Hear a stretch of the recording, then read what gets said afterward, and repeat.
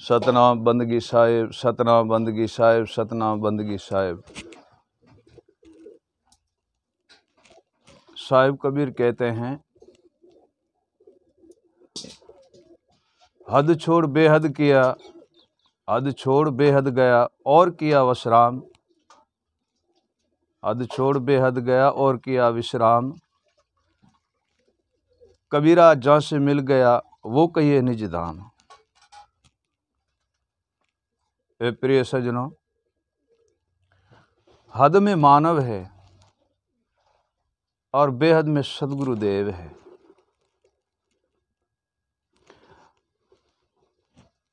वहाँ जाके विश्राम किया। विश्राम कैसे आया? विश्राम कैसे आया कि सदगुरुदेव के शब्द के अंदर ऐसा एक प्रेम आनंद की प्राप्ति है,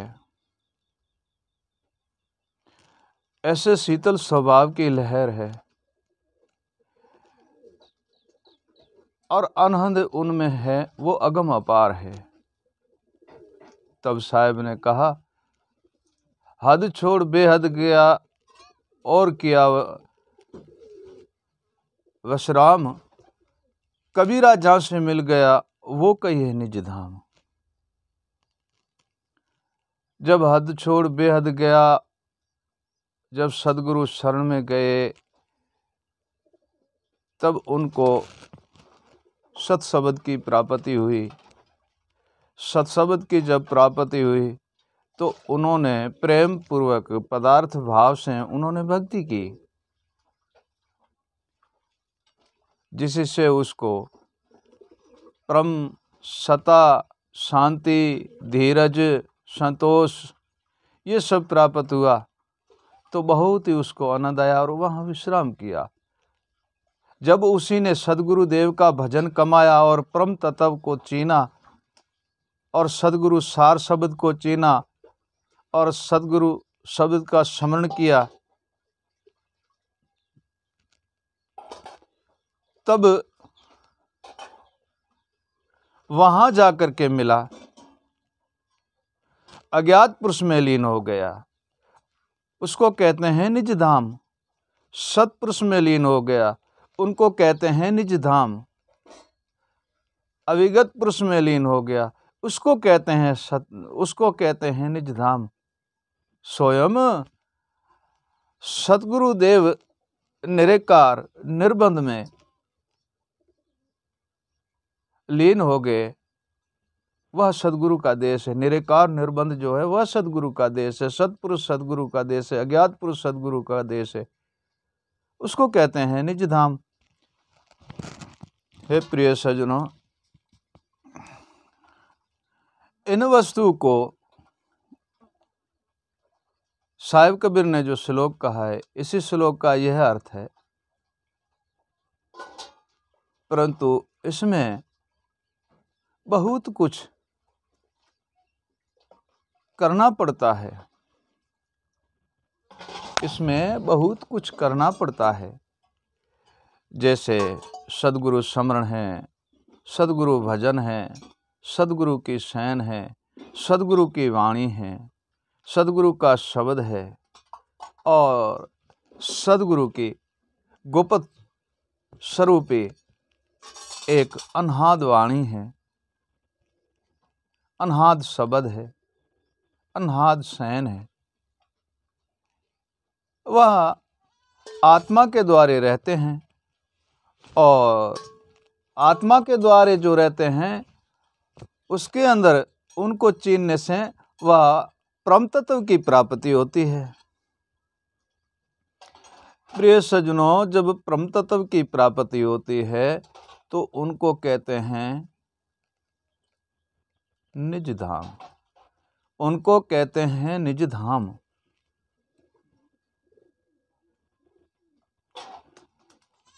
प्रिय सज्जनों, निज धाम में जो मानव लीन हो जाता है वह किसी बंधन में नहीं आता, वह निर्बंध हो जाता है। उनके लिए योग क्या, युक्ति क्या, वाणी क्या, वेद क्या है, वाचक क्या है, तीर्थ या नेम या ठाकुर या द्वारा क्या है, या भय अभय उनके लिए क्या है,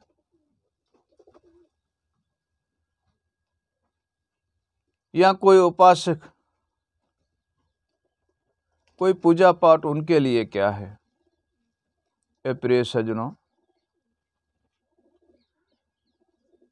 वो जब निज पद में लीन हो जाता है, सतपद में लीन हो जाता है, निज पद में लीन हो जाता है, अज्ञात पुरुष में लीन हो जाता है, अविगत में लीन हो जाता है, परंतु उसका स्मरण करने से ही उसे प्राप्ति होती है, उनसे पहले नहीं। जैसे कोई एक महान पूर्ण सद्गुरु मिलने से ये सर्वे ही सिद्ध भय होता है। और ये सारी वस्तु कैसे मिलती है? वह एक ही वस्तु है, उनसे मिलती है जिसका नाम सद्गुरुदेव है। परंतु सद्गुरुदेव भी परिपूर्ण सर्वे जाननहार हो, परिपूर्ण जाननहार हो और विवेकी, अनुभवी, ज्ञानी। ए प्रिय सज्जनों, ऐसे गुरु मिलने से उसी शिष्य को एक वस्तु उत्पन्न होती है जिसका नाम है विराग। क्या नाम है उनका? उनका नाम है वैराग। जब वैराग की प्राप्ति हो जाती है मानव को, तो ऐसे समझ लो कि वैराग वह चीज है, सर्वे सिद्धि की साधना है, सर्वे साधन का सिद्ध है, और सर्वे योगों का योग है, और सर्वे तपों का तप है। वैराग जो चीज है, ज्ञान में, विवेक में, अर्थ में, अनुभव में, योग में, सिद्धि में, साधन में, तप में, प्रिय सज्जनों, वैराग नहीं है ता तक इनको प्राप्त आप नहीं कर सकते हो। इनमें श्रेष्ठ है सो वैरागी है, इनमें श्रेष्ठ है सो वैरागी है। और वैराग जब जागेगा, ज्ञान जब उदय होगा, विवेक जब उदय होगा, तब उदय होगा कि पूर्ण सद्गुरु जब उनको मिलता है, तभी उनको वैराग उत्पन्न होता है। वैराग उत्पन्न होने से वह भक्ति भी करता है, गुरु स्मरण भी करता है, गुरु बंदगी भी करता है, गुरु शब्द भी श्रवण करता है, सार शब्द की प्राप्ति कर लेता है, और ज्ञान अनुभव की भी प्राप्ति कर लेता है। और सर्वे ही जितने गुरु के योग है, भजन है, नेम है और गुरु शब्द है, जो कुछ वस्तु है उनको पा लेता है। जब उनको पा लेता है तब वो निज धाम में जाता है। कबीर साहब के श्लोक में कहा ना, हद छोड़ बेहद किया और किया विश्राम, कबीरा जहाँ से मिल गया वह कहिए निज धाम। फिर वो निज धाम में जाता है, उसका नाम है निरेकार निर्बंध अविगत पुरुष। वह पार्थ पद में लीन हो जाता है। साहिब कबीर का जो छठा पद पारक है, ए प्रिय सज्जनों, उनमें लीन हो जाता है। वह निज धाम है, वहाँ निरेकार निर्बंध ऐसा मान पुरुष वहाँ विराजमान है, जो वह भय या अभय से या संसार के जन्म मरण से क्या उनका लेना देना है। ए प्रिय सज्जनों,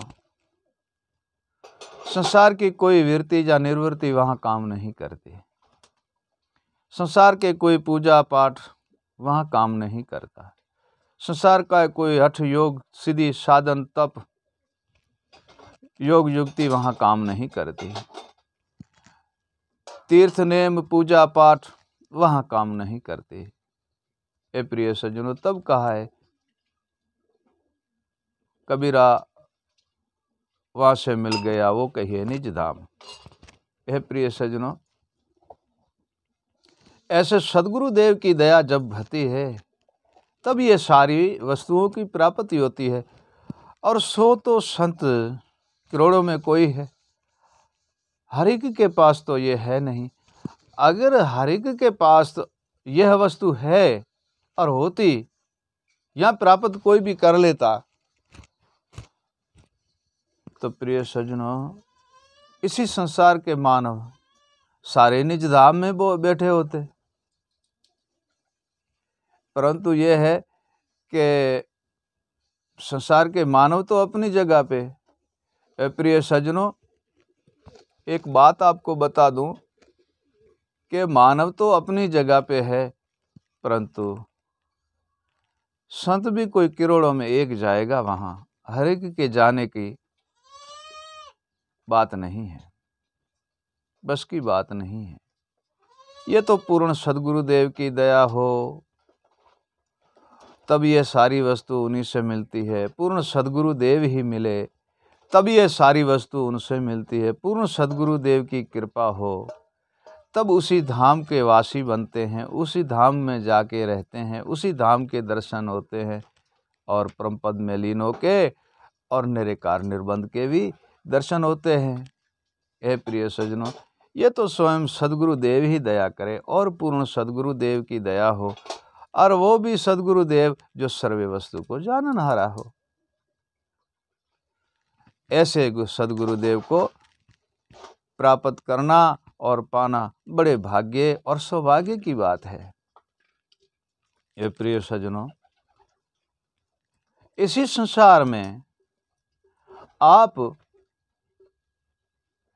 फिर जो कुछ पाना चाहते हो वह पा सकते हो। इसी लोक में भी सुखी रह सकते हो और परलोक में भी सुखी रह सकते हो, जिसमें संसार के हर सुख पा सकते हो। कारण उसका तो ये नहीं है कि हर सुख का कारण है, तो उनके दो भाग ठहरे गए हैं। एक तो भाग है, साहिब कबीर कहते हैं ना कि कर्म का जाज दो प्रकार का शुभ अशुभ कहावे। कर्मों का जाज दो प्रकार का शुभ अशुभ कहावे। अशुभ कर्म को मार भगावो, शुभ कर्म सिद्ध धावो। तो आप शुभ कर्म किए जाओ। शुभ कर्म के करने से आपको परम धाम की प्राप्ति होगी और परम तत्व में लीन भी हो जाओगे और घर गृहस्थी को भी सिद्ध कर लोगे प्रिय सज्जनों। और घर में धन ध्यान से परिपूर्ण भी रहोगे, धन ध्यान से परिपूर्ण भी रहोगे। तो उनमें क्या है, परंतु एक ही बात रहती है उनमें कि माया भी दो प्रकार की। कबीर साहब ने कहा है ना कि माया दो प्रकार की, न्यारता का भाव। माया दो प्रकार की न्यारता का भाई, सेजे समृद्धि सिद्ध भय तो सेध ही में चित लाए। अशुभ माया को त्यागिए, शुभ माया वर्ताए। कहे कबीर निज माया सत की, वो कभी ही मिट ना पाए। ए प्रिय सज्जनों, सत की माया वह है, आप घर में बैठे भक्ति भी कर सकते हो। आपकी कबीरी और काम काज करके आप अपने हाथों से कमाई करके और धन की प्राप्ति करोगे। फिर 1 रुपया हो या 1 करोड़ हो, वो तो आपकी सत वृत्ति से कमाई हो। तो ऐसे दान की, ऐसी माया की आपको घर में भी प्राप्ति हो सकती है। और सतरूपी माया जो भक्ति है और गुरु भक्ति स्मरण है और परम पद के प्राप्ति की भक्ति करना और सदगुरु देव का स्मरण करना और निज धाम की स्मरण करना, अज्ञात अविगत पुरुष निर्बंधन निराकार का दर्शन करना, वो भी आपको प्राप्त हो जाएगी। और आपको सदगुरु देव की दया से इसी संसार रूपी माया भी प्राप्त हो जाएगी। हे प्रिय सज्जनों, आप घर गृहस्थी का सुख भी मिल सकता है और परलोक का भी सुख मिल सकता है। घर गृहस्थी के भजन भी कमा सकते हो और परलोक का आप सर्वे सहज स्वभाव से आप हर वस्तु की प्राप्ति कर सकते हो। और संसार में रह करके भी एक आपको बात बता दूं कि जितने भी संत महात्मा इन संसार में हुए हैं वह घर बैठे बैठे सर्वे वस्तु को सिद्ध कर ली है और हर वस्तु की प्राप्ति की। उन्होंने घर गृहस्थी भी चलाई, प्रभु स्मरण भी किया, भक्ति नाम भी जपा, निर्बंधन निराकार का स्मरण भी किया, सदगुरु स्मरण भी किया और निर्बंधन निराकार के दर्शन भी किए और निराकार में वह लीन भी हो गए। वो यहाँ भी सुखी रहे और परलोक में भी सुखी रहे। ए प्रिय सज्जनों, इसी श्लोक का यह अर्थ है, निज धाम सतलोक है, निज धाम अविगत देश है, निज धाम अज्ञात पुरुष है, निज धाम सतपुरुष है। ये जब मिलेगा जब सदगुरु देव के जितने भी वस्तु कही है उन पे आप अमल करोगे और परम तत्व चीनोगे सदगुरु देव की दया से, उन्हीं की कृपा से, उनके बताए हुए रास्ते से, तभी प्राप्ति होगी। ए प्रिय सज्जनों, ऐसे ज्ञानी महान पुरुष जगत के अंदर जो भक्ति करते हैं ना, उनकी भक्ति करना श्रेष्ठ है। ये था साहिब कबीर के श्लोक का वर्णन जो हमने आपको प्रवचन में सिद्ध बताया है। ए प्रिय सज्जनों, आज मैं अपने इसी प्रवचन को विराम देता हूँ। सतनाम बंदगी साहिब, सतनाम बंदगी साहिब, सतनाम बंदगी साहिब।